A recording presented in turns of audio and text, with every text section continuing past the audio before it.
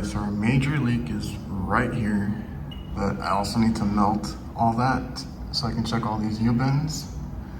We do have one that's leaking over there.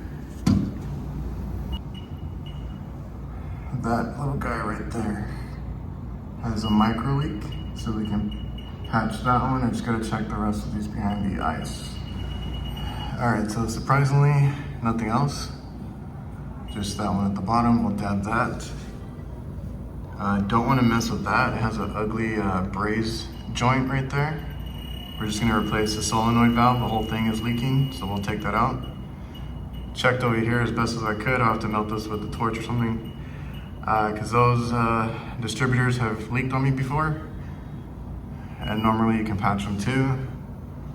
So if we get that going, and this patch should be good, I'm going to try and get them to get a new coil later. I don't want to do too many repairs or expensive bills on this one. So nothing on the other side, just that one. So I was letting the micro bubbles sit on the other side, and surprisingly nothing. This thing is filthy though. All right, so this is a beauty that we're working with.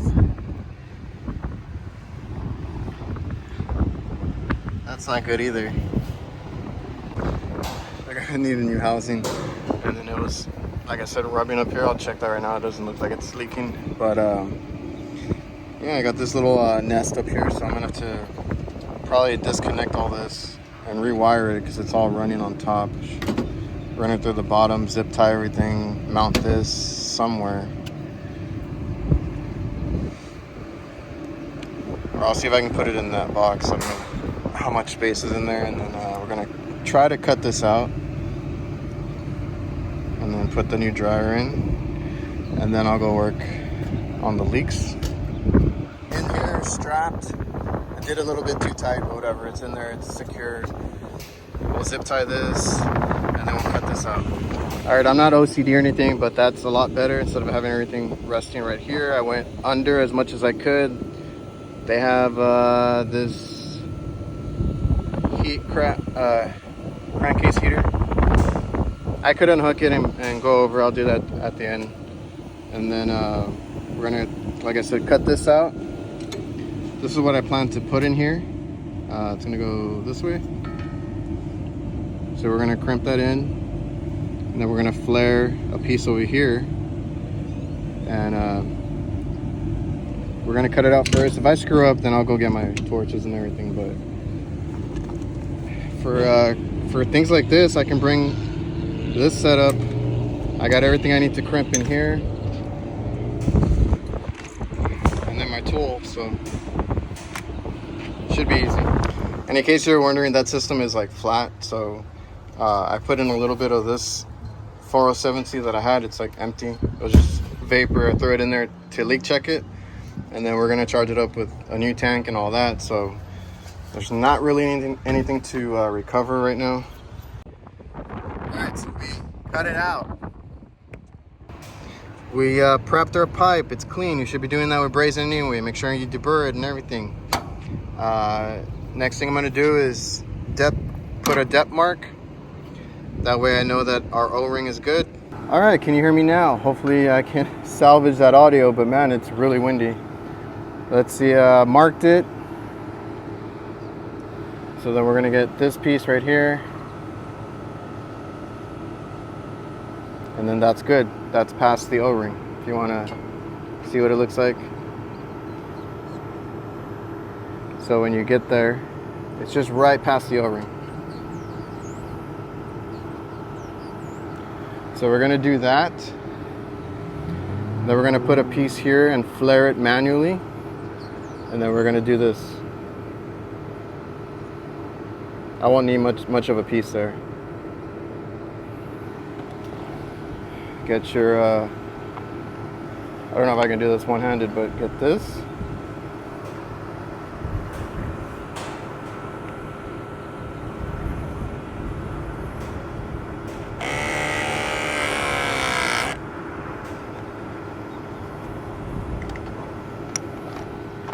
check it with our depth gauge.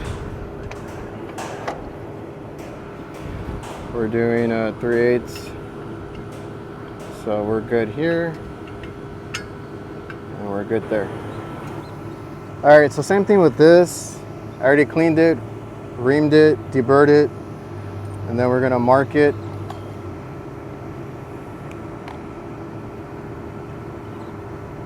So that we know how far to go. Put it in. We're good there.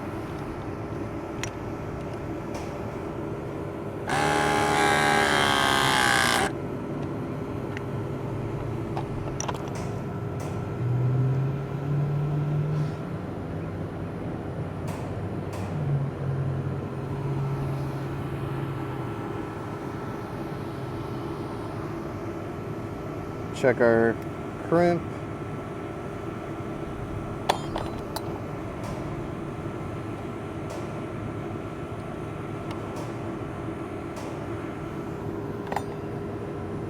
And we have our RLS stamp.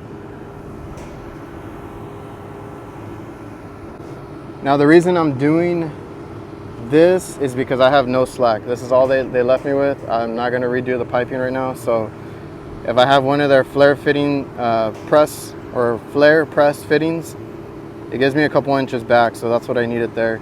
I'm not going to use that, I hate that. And then we're going to just reposition this. So now we're going to do this right here, and then I just need a piece of pipe there, and that one I can manually flare. I don't have to keep adding like extra joints. All right, so I kind of measured it there. Just to go past the O-ring, we need about 4 inches, and then I can connect it there, and we should be good. Now when I did this one, I did it crooked, but that was me doing it one-handed. I had to bend it that way. So of course, when I'm done with this, we're going to pressure test it and make sure nothing happens, and check for leaks and all that. All right, so now we're going old school. I'm going to flare this. I left the nut on top, but we're going to put it through the back anyway. So don't forget to put the flare nut first before you do your flare, unless you don't have the other side connected. We're going to flare this with the old block. Let's see how many tries this takes me. I need to clean a burr real quick. Or no, it's clean, it's good. I was always told, like, looking at it from the side, like less than the coin depth. Let me make sure that's right. Forgot to mention, if you don't want to crack it, dab a little oil. All right, moment of truth. Yeah, it did pretty good. Let's take it out. All right, it's coming together. So we got our flare there. Perfect. We're gonna mark it, put it in, and then we're just gonna start connecting everything. Where's my flare? Don't forget to put the nut. So we can do that.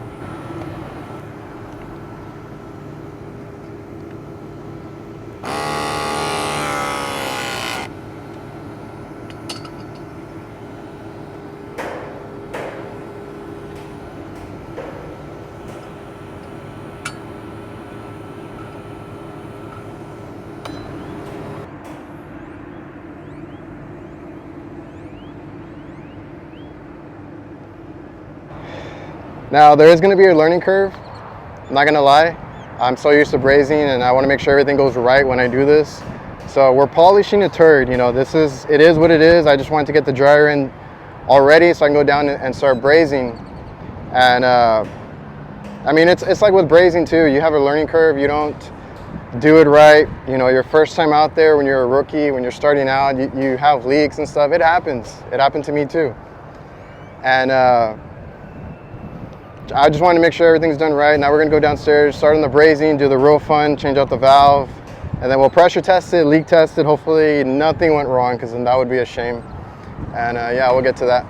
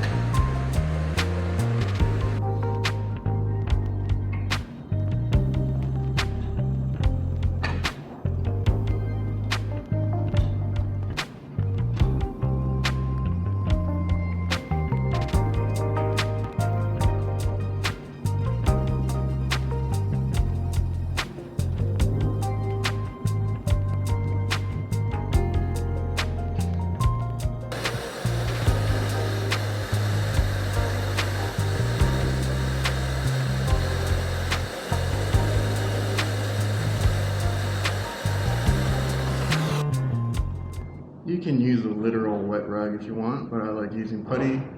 So just make sure you know what direction it's going in before you cover it up. We're going this way. Okay. And it's not gonna fit because there's solder still on that pipe. So when we heat it up, it's gonna slide on better. Just have to make sure it holds it. Or we can hold it with a plier. So gonna melt it and just start pushing it, the pipe that way. That way it all slides in together. We're not gonna damage the valves here. It will be good.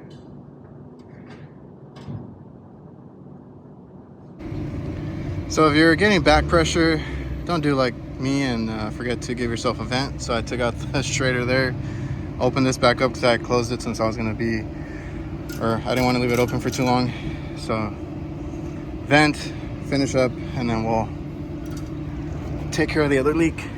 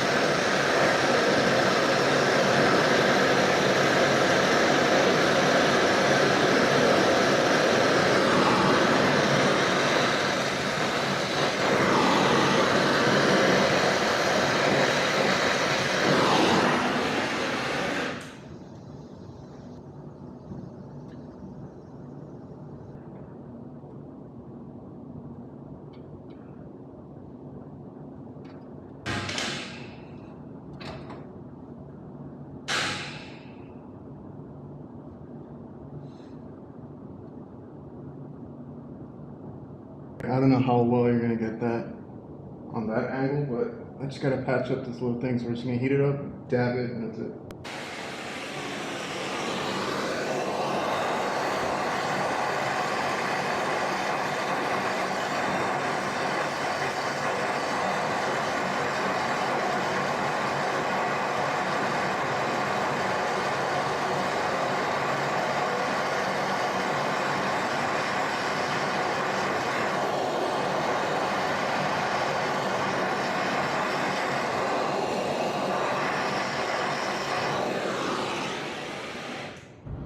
Alright, so we just heated that up, got it dabbed with some solder, and that's it. So now we're gonna pressure test it and see how it does. Alright, so I got these hooked up so we can check. Shredder's back in so that I can disconnect if I need to, but pressure test it, turn these on. This one's on. I'm gonna double tap and it's gonna flash red. Double tap here, flash red. That's just so I don't have to come up here if they automatically turn off. They're gonna stay on until I come and push the button to turn them off. So I need that in case I decide to take a break or let it go for like 30 minutes or something. I know they won't shut off. I don't have to come back on the roof. All right, and then we're just gonna let it rip. And I'll bubble test here and I'll let it run a few minutes to test the top. All right, so we got over a little over 100 PSI, ran out of nitrogen. So we're just making sure that nothing bubbles up, even my flare. Hopefully we're good. That's all I'm worried about. There was no other leaks. I had leak tested up here already. A lot of this looks real shady, but I'll show you right now. There's corrosion on the copper inside already, so I'm trying to do the quick repair, and I'm gonna give them the option to probably get a new unit, because even up here, I mean, that's mineral oil. So nothing yet. And I haven't worked on this one, but considering that's mineral oil, this repair was probably done a long time ago. But that's not original there, or unless it was pieced together for them. That's kinked over there. This one, when I took this one out, somebody had ripped open the middle part, and I just decided not to even use it. I didn't want it to cause a leak. So yeah, like I said, kink there. That is too high for the housing. They're gonna need a new housing.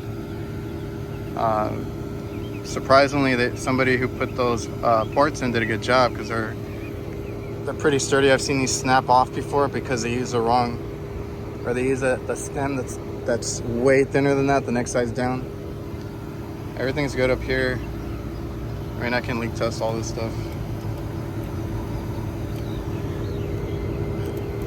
I didn't find any leaks last time.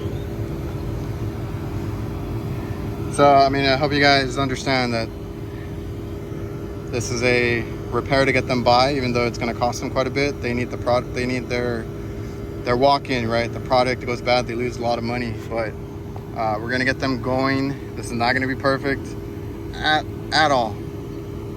So I did the easy way for me, which is pressing this in, making my flare, getting all that connected. Downstairs we did a patch, replaced the only component that was leaking, and I'm going to take pictures. Like I said, I'll show you guys right now the shape of the copper in there.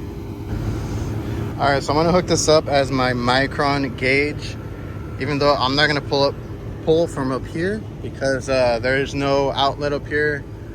I'll double check.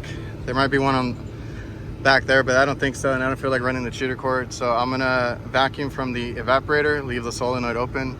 It's gonna take a little longer, but I can leave this up here as my micron gauge to check the other side of the system.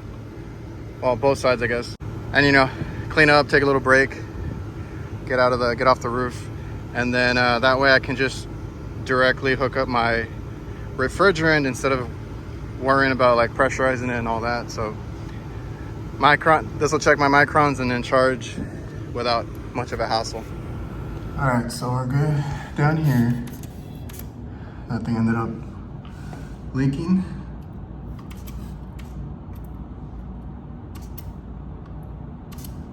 So we're good. Yeah, if you guys can tell, the copper, like on the distributors, messed up. Once one of these at the end starts leaking, they all start leaking. So that's gonna be my recommendation. And there's some shoddy brazing work too. We'll need to change this out too. All right, vacuum pump, new oil. This hose is amazing, but it is a pain in the ass to set up in some places. So finally got everything on. Gonna do a quick vacuum, then close it and let it run. There's a outlet right outside. That's why I chose to do it here instead of running a cheater cord. So let's go.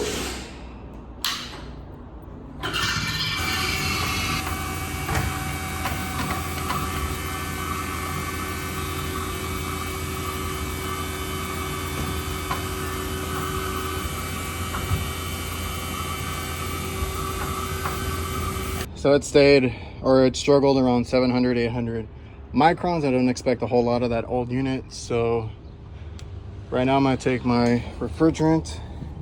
If you remember, weigh it before and then weigh it after. Get the difference if you're charging per pound or anything. I hate when they put the box on the panel like that. I mounted it back up how they had it, so I'm gonna leave it like that for now. And that's just another quote I'm gonna do to redo their electrical.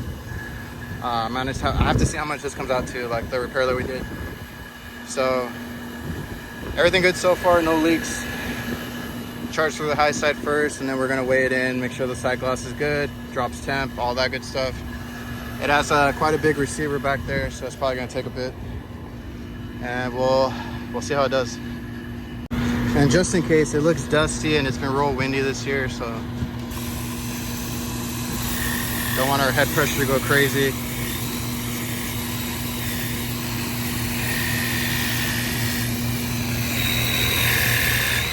Yeah, you can see it coming out black.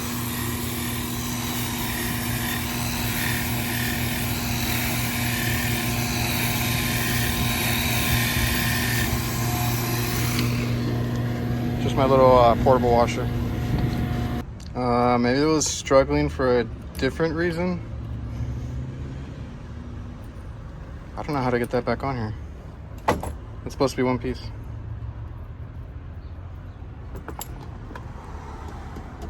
Shit. Okay, and I've sprayed these down like several times already. There's no leaks on my crooked press, on my flare that I did manually, and the flare fitting that they sell. So I don't have any issues there. We're gonna finish filling it up, and yeah, for the guys that are yelling at the screen, 407C, I said that was mineral oil. I got this from NorCal Dave. We're going to supercharge it, which is basically gonna make the oil compatible, all that good stuff. It's just like an additive that you put in. So right now I'm gonna do that. So easiest way is pump it down, let it suck it in after you're done charging. It is purple, but it's not really like, it's not like the dye, it'll come off.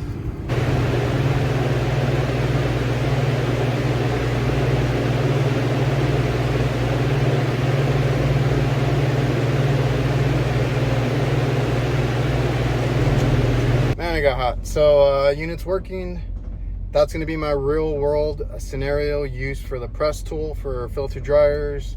I've had a lot of line sets corrode in the attic space, and I just need to cut out the bad piece. I could put a coupling and press it in, because dragging a torch kit across a ceiling attic, like a commercial ceiling, not really an attic, but it's the top of the walk-in. I hate doing that kind of stuff.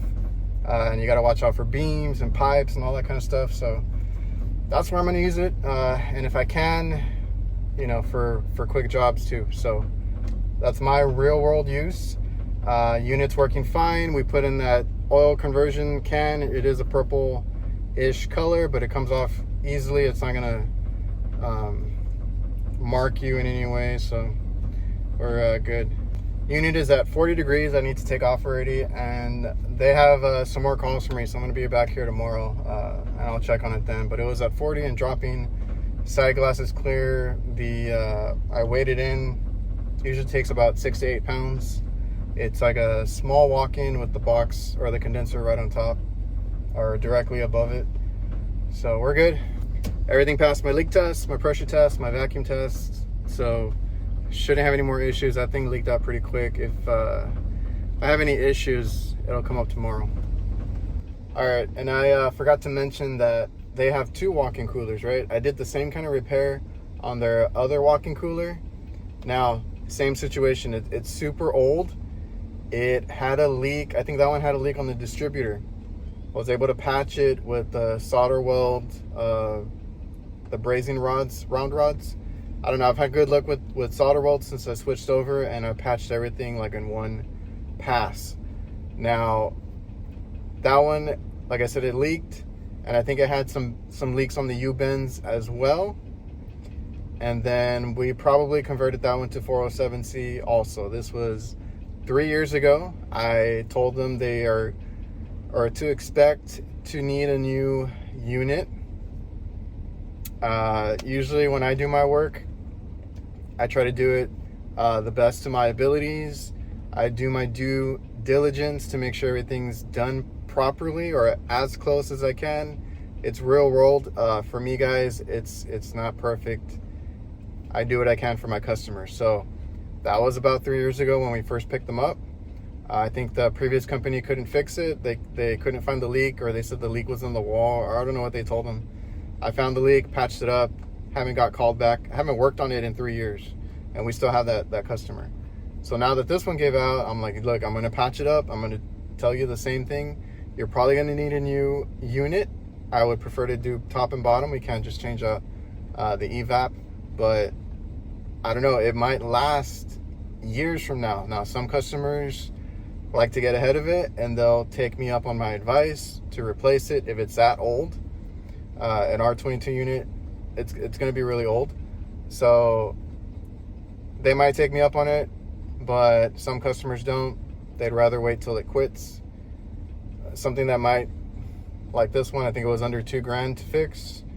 They'd rather spend that than spend a whole bunch of other several grand to get a new unit and wait for it to be installed and all that. So I just do what I can, and I showed you the real world use of that press tool to me, because I used a flare on one side that I made myself because I could do it there, and then since I didn't have enough reach and the way I wanted to mount it and center it there, the dryer, I needed that extra inch or so by using that coupling, because it's a really long flare fitting. So I did my own on that side. I wasn't able to bring that one any closer, so I added the press fitting that already had the flare and nut on it, and I was able to put it in. I'm not going to be using these press fittings just whenever. It's whenever it's easy for me, or easier, makes my work easier. Whenever maybe I can't or shouldn't be taking my torches, if I can't, or if I'm by myself, I don't want to be passing out on the roof.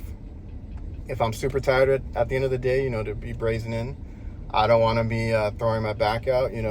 I've always tried to be in shape, but the older that I get, the harder it is to do that, even though I'm trying to get back into it right now. If I can save some heavy lifting here and there, because most of the time, especially in the attics and stuff like that, I'm taking my oxygen acetylene tank setup, and that's way heavier than my air acetylene turbo torch. Now, I have the turbo torch for rooftop equipment, so if I do need to braze on the roof, I can take that one, but I'm not taking it inside. It's super loud. I'm not taking it in the attic. Well, now I'm not taking it in the attic. I was before. And so I did a little bit of everything. I flared my own, I used press on the roof, and I brazed in the evaporator where I needed to do that. Best of everything. I showed you the real world scenario. I didn't press everything, I didn't braze everything, and I didn't make all the flares. So best of everything. Tried to show you the way I would use it and the way it should be used, in my opinion. And take it for what it is. I know some people don't like it, don't trust it. I leak tested it. We should be good. So I hope you guys enjoyed the video. I got to go install some thermostats now. That'll probably be the next video, so I don't know, stay tuned.